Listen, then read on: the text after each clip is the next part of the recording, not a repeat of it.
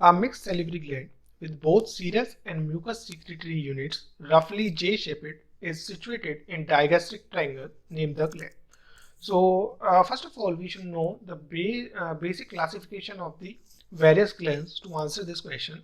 Now here the classification is based on the types of secretion, right? So mucus, serous or mixed. So if I just write based on the type of secretion, the salivary gland are classified. The salivary glands are classified into three. One is your mucus. Then you have the serous glands, and the third one are the mixed glands, which means these are both mucus and serous, although they can be predominantly serous or mucus. That depends on the presence of the cells, right? So these are the types of the acini which are there in these particular glands, and they help in secreting a particular type of gland. So if we just try to identify these acini, okay, on the basis of histology, then we should know certain features of these acini. So I'll start with the mucus acini.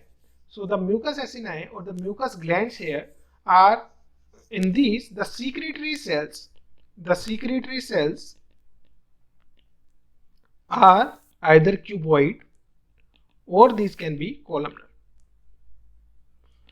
They generally lead to secretion of mucin, and the nucleus, you can identify these types of cells by their nucleus. Nucleus are situated on the basal aspect of the cell, and these are generally flat. So why these are flat? The reason behind the nucleus being flat, what happens? The secretion is generally thick. The mucin secretion is there, and this particular secretion pull the nucleus towards the base, and that's why these cells are the nucleus in these cells are located basally, as well as these are flat due to the pressure from the mucin.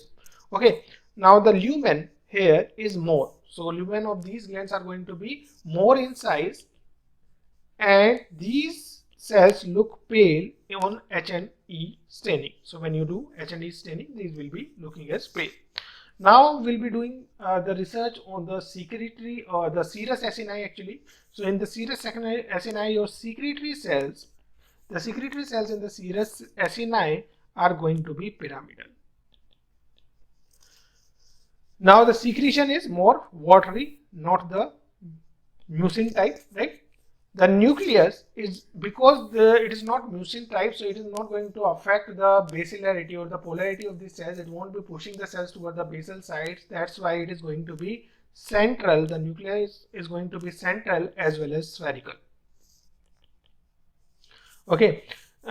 Yes, the lumen, the size of the lumen is lesser in these cases.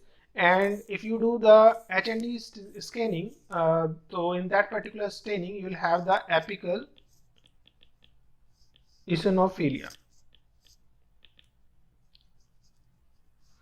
Now what is mixed? Mixed will be having the characteristics of these both. So some cells can be mucus cells, some cells can be serous cells, and more the number of type of cells, that will make the gland more predominantly towards that particular cell only. For example, serous cells are more, so it will be predominantly serous. If mucus cells are more, then it will be predominantly mucus, right?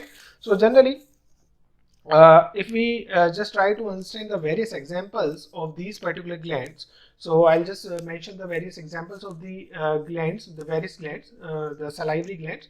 So the serous is basically your parotid gland. So your parotid gland is generally a serous salivary gland. The mucus is basically your sublingual gland. So your sublingual gland is going to be have the mucus secretion, and then we have the mixed secretion. In that you will have the submandibular gland. So your submandibular gland is going to be have the mixed secretion. Okay, so it will be having both serous as well as mucus secretory units. Okay, and it is going to have the mixed secretion here, right? So I'll just show you the figure of the salivary gland here also. If you see the shape of this particular gland, so this particular gland is your submandibular gland, and here you will be seeing that this is a J-shaped gland, right? Here you can see this is the sublingual gland, and parotid also we know it is a pyramidal shaped gland, so that is the parotid gland. So yes, we have only one J-shaped gland, that is your submandibular gland, and it is a mixed gland, right? It has the secretion of the mucus as well as the serous component. So answer to this question is going to be your submandibular gland, that is option 2.